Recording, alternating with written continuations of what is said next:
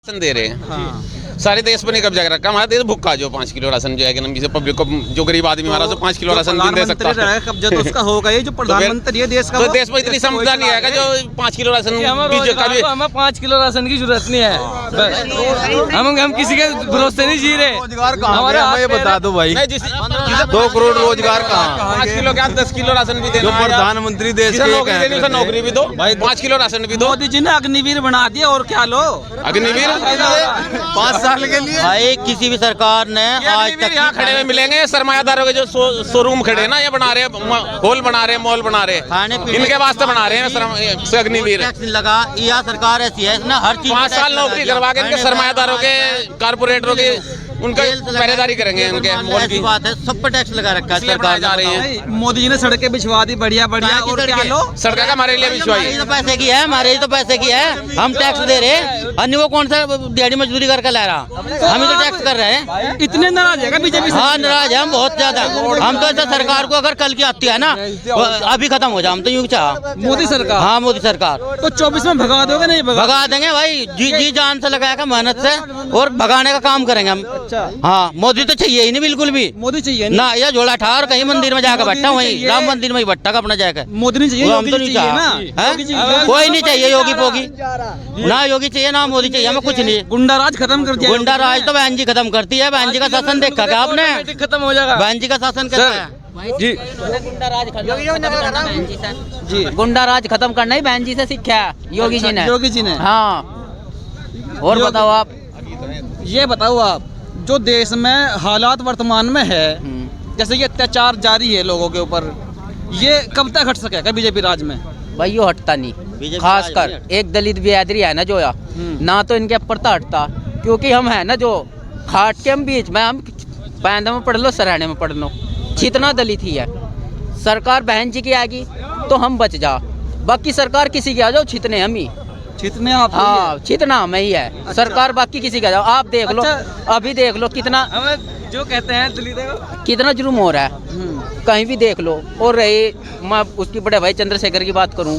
हाँ भीम आर्मी भी तो है ना। हाँ मैं उसकी बात करूं। वोट वो ले जाएंगे आपका भीम आर्मी? मैं बता रहा, वो लेगा जाएगा दौड़। मैं उसकी बात करूं, मायावती ने कंटों का रास्ता छोड़ कर सड़क बनाया कर दी। वो चाहे तो फरारी लेकर घूम लो उस पर, चाहे कुछ गोल, उसका तो रास्ता तैयार दिया। बहन जी ने ये संघर्ष करके, इन संघर्ष होता है वो जूझ गई हुई ऊपर। तो हमें इस चीज़ का पता बहन जी की कितनी डिमांड है और चंद्रशेखर की कितनी।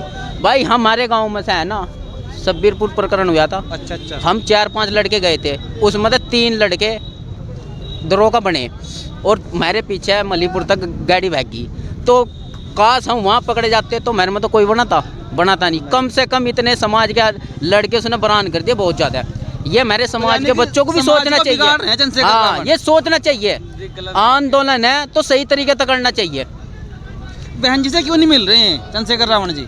भाई बहन जी बुला रहे हैं इनको। वो तो आरोप लगाते हैं कि बहन जी मुझको बुलाती नहीं, मुझसे बात नहीं करती। क्यों करा बात भाई? जंतर मंतर पे 21 तारीख को गए थे, सभी समाज के बड़े जो बुजुर्ग, जो बुद्धिजीवी व्यक्ति थे, IAS PCS अधिकारी थे, उन्होंने अपनी पगड़ी तैयार कर उन्होंने टोपी उड़ाई। और भाई आपको संगठन नहीं बनाना, संगठन नहीं, आपको राजनीति पार्टी नहीं बनानी, आपको हाँ संगठन चलाओ। तो उसने क्या करा, उसने उस पगड़ी की लाज रखी।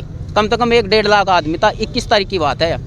उसने बिल्कुल कहा था कि मैं रखता नहीं, जो समाज का नहीं हो सका तो भाई हमारा कहाँ तो हो जाएगा वो। लेकिन बता 21 तारीख में दिल में छप चुके चंद्रशेखर रावण भाई, युवाओं के दिल में। भाई मैं लट बजागा और वो फिर पीछा हो गए। EB में उत्तराखंड की उसके बाद बता रहा है, जिला पंचायत के चुनाव वहाँ हुए थे, ढसका गांव पड़ा है जी। उसने बोला वहाँ जिला पंचायत की सीट जीत गए थे, तो भीम आर्मी उसमें जीत रही होगी एक आधी, तो उसने जबरदस्ती हराई। तो वहाँ के DM ने भी कहा भाई चले जाओ, थारा बजागा। शेखर जी पे फोन करा, रहा इतना वहाँ छीते नहीं पिटे नहीं, इतना वो गया नहीं वहाँ जी में छीत पिट लिए। फिर गया वहाँ से, इतने वो है मेरे मत ही, मेरी मासी का लड़का, उन्होंने डंगर बेच के जिप जाएगा जमानत करवाई उनकी। अच्छा। अपने बच्चों की। तो भाई वो तो छितू का ये तो बाद में बैठ कर DM की साथ बात कर ले और अपना छुट्टी है ही नहीं भाई। समाज का हित में नहीं है। कोई काम तो बताया दो, काम बताओ हमें। जहाँ पर भी अत्याचार होता है समाज पे दिखता है कि वहीं पहुँच जाते हैं चंद्रशेखर रावण। कहाँ पहुँच रहे हैं? आवाज उठनी, जिस दिन तक राजनीतिक पार्टी बनाई नहीं उस दिन तक नहीं आवाज ठहरे हैं। अच्छा। बता कहाँ ठहरे? चलो ठीक है, आप बताओ तो जी। अब अच्छा धन्यवाद। आप बताओ जी क्या कहते? बताओ भाई बस जी क्या राज तो भाजपा का ही आएगा इस बार भी भाई। लोग तो ये कह रहे हैं बटन आप कहीं भी दबा लो जी, बटन आपने हत्या का दबा लिया, कांग्रेस का दबा लिया, साइकिल का दबा लिया, लेकिन वोट तो वही जाएगी जी जाए। तो आपके तो बैलेट पेपर से करवाओ, हम देखेंगे मोदी कहाँ से जीतता है। बैलेट पेपर से करवाओ। नहीं करवा रहे बैलेट पेपर से चुनाव। ये धर्म के नाम पर राजनीति कर रहे हैं, राम मंदिर का वो उद्घाटन कर रहे हैं, दलितों को इतना मानते हैं, हमारा चंदा वापिस क्यों करवाया वहाँ से? घर चावल आए राम मंदिर से तो कौन कह रहा राम मंदिर से? कौन खा रहा? बताओ किसे रोजगार मिल रहा हमारा राम मंदिर से? बताओ किसी को तो ये भी मिलेगा ही। दलितों का चंदा वापस कर देगा वहाँ से, जो उधर के राम मंदिर में जाके कौन सी हम नहीं करोगे? हम किसी से भीख नहीं मांगते जी भाई साहब क्या नाम है? मसरूर अहमद। जी क्या लग रहा है इस बार 2024 में? माजिद भाई एमपी बनेंगे जी इंशाल्लाह। एमपी बनेंगे जी। चलिए तो सहारनपुर की बात होगी, लेकिन बात करें अगर पूरे देश के लेवल की, हाँ 2024 में क्या रहेगा बीएसपी को लेकर? बीएसपी की सरकार बनेगी, प्रधानमंत्री बनावांगे बहन जी को बना देंगे आप? और बना देंगे जी, हमारा वोट गिरेगा बनाएंगे। लेकिन इस बार कह रहे हैं कि लोग बाकी मुस्लिमों का रुझान तो पूरा कांग्रेस की तरफ जा रहा है सारा का सारा। कहने को तो कोई कुछ ही कहो, जाओ मैं कह दूं सारे हिंदुस्तान वही चला रहा, कहीं मैं चला दूंगा। ये जो खबरें आती है निकल कर कहीं ना कहीं सच्चाई तो होगी। माजिद भाई को बना रहे, माजिद भाई बनेंगे 2024 में युवा नेता, पहले पूर्व जिला पंचायत चेयरमैन भी रहे, विकास भी करा, आगे भी सबका विकास करेंगे। माजिद अली बन जाएंगे ठीक है, लेकिन अगर गठबंधन बन जाएंगे नहीं, बन जाएंगे नहीं जी, बन के बनेंगे। हाँ। अगर गठबंधन की बात करें तो जी, तो बहन जी जाएगी नहीं जाएगी? वो तो बहन देखो जाना ना जाना तो वो तो बहन जी का फैसला, उसे ना हम कर सकते ना आप कर सकते, वो क्या होगा। लेकिन यहाँ गठबंधन सहारनपुर में होगा, दलित का और मुस्लिम का गठबंधन होएगा। बहन जी ने जो टिकट देगा माजिद भाई को, ये गठबंधन की एक पहली शुरुआत ही करी। यहाँ तो आपकी क्या रुझान है कि बहन जी को जाना चाहिए नहीं जाना चाहिए गठबंधन? वो तो वही बताऊंगी, मैं क्या बता दूं जी। आपकी इच्छा क्या है? चली जा ढेर बढ़िया, और जो थोड़ा बहुत वोट बिखरेगा वो सारा इकट्ठा हो जाएगा जी। जी जी सारी बताइए। मोहम्मद आदिल जी। जी आप कहाँ के रहने वाले हैं?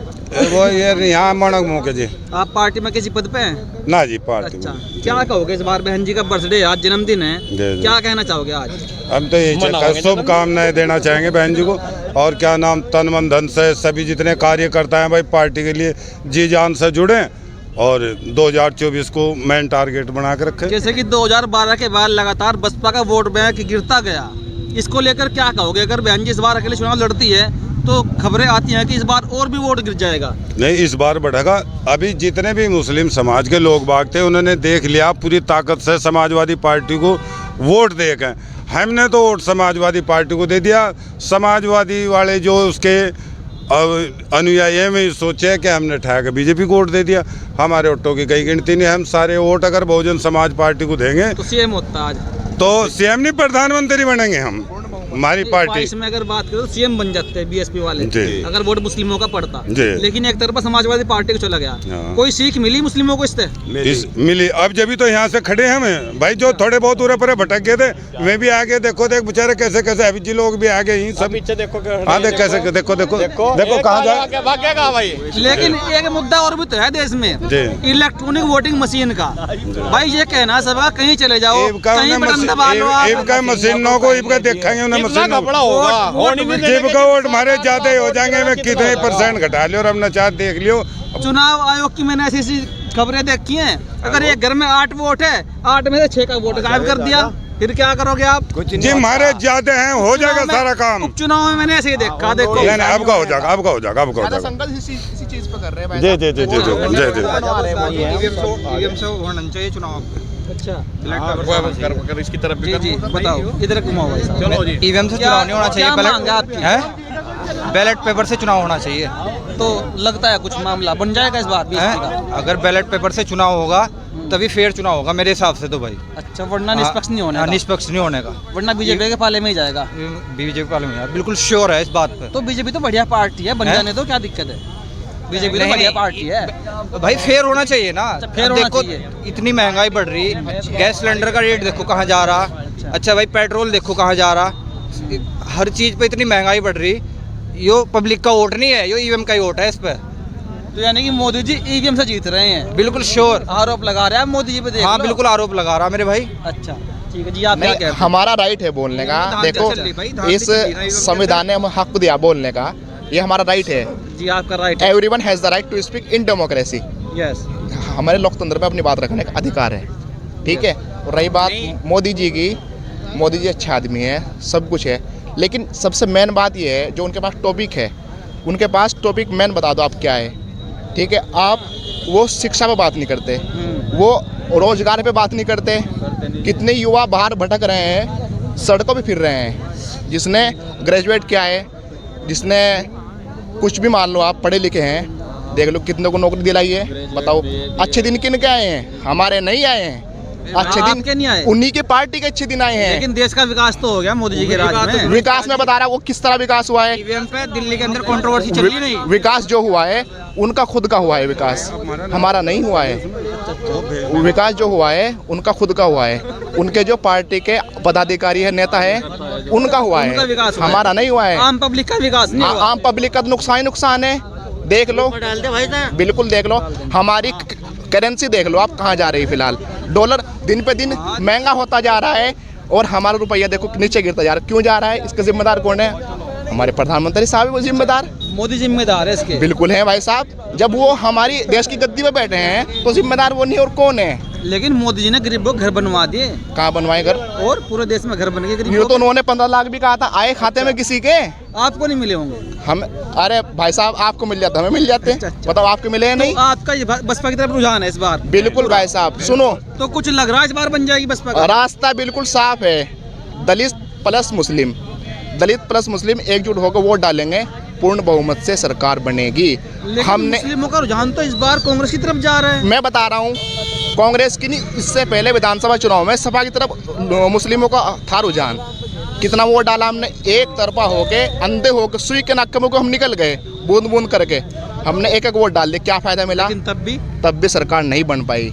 हमारे पास जो समीकरण है दलित प्लस मुस्लिम, इसके अलावा कोई समीकरण नहीं है। आपने देखा दिल्ली के अंदर ईवीएम पे कंट्रोवर्सी चली नहीं, जो महमूद पराचा जी हैं, हाँ। वकील है, और एडवोकेट भानु प्रताप, बहुत बड़ी कंट्रोवर्सी चल रही, जो किसी वजह से चल रही, जो इसी वजह से चल रही कि भाई जब फेयर ही नहीं हो रहा चुनाव, जब फेयर चुनाव होगा तभी तो जो है लोगों के साथ न्याय होगा या नहीं होगा। तो आप यानी कि बैलेट पेपर की डिमांड कर रहे हैं? भाई मेरी डिमांड तो ये है कि बैलेट पेपर से होना चाहिए। ठीक है भाई साहब, धन्यवाद। आप बोलोगे कुछ? हमारे पास आता ही नहीं भाई बोलना।